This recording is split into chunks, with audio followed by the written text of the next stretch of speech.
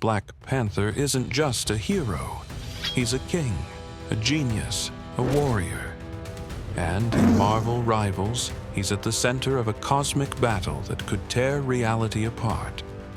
But this isn't the T'Challa you think you know. This is a T'Challa caught between worlds, between duty and rebellion, between gods and monsters, between the Wakanda of old and a twisted empire that bears its name.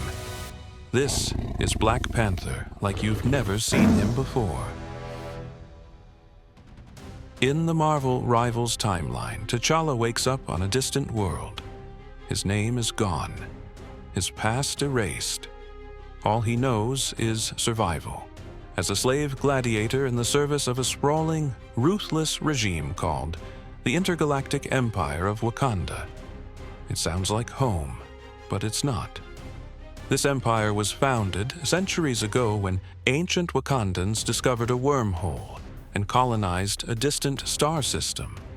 Cut off from Earth and from their goddess Bast, their ideals corroded. They built an empire on power, control, and domination. This isn't the Wakanda T'Challa was born to rule. This is the empire he must dismantle. Here's where it gets personal. T'Challa, now known only as the Nameless, is thrown into Bloodsport. He's forced to fight for entertainment with no memory of who he truly is. But a king's spirit cannot be buried. Piece by piece, he remembers.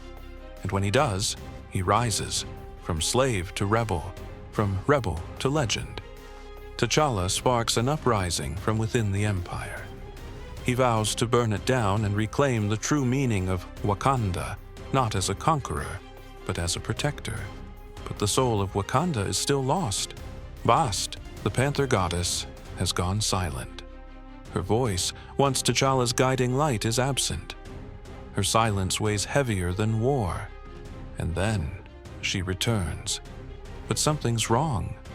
Her voice is twisted. Her presence is dark.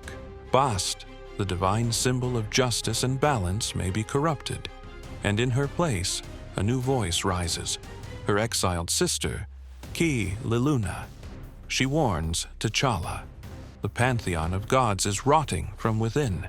T'Challa is caught in the ultimate crisis, not just of empire, but of faith.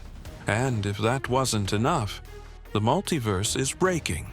Multiple dooms, yes, variants of Doctor Doom, are at war, trying to seize control of a collapsing timeline. The key to fixing it all? A substance called Chronovium, a time-warping crystal Wakanda now controls. T'Challa's sister Shuri wants to share it with Earth's heroes to save reality. But T'Challa hesitates. He senses something deeper, a darker force hiding in the shadows. A wrong move with Chronovium could unravel not just time, but everything. So now, T'Challa stands on 3 battlefields. 1, the crumbling empire that misuses his people's name. 2, the spiritual war between gods, threatening the soul of Wakanda. 3, a multiversal collapse that only he can stop.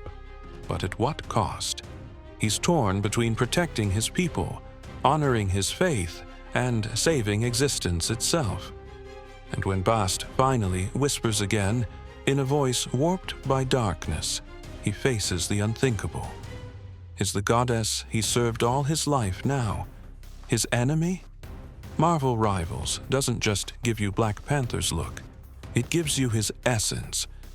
He plays like a storm, silent, fast, deadly.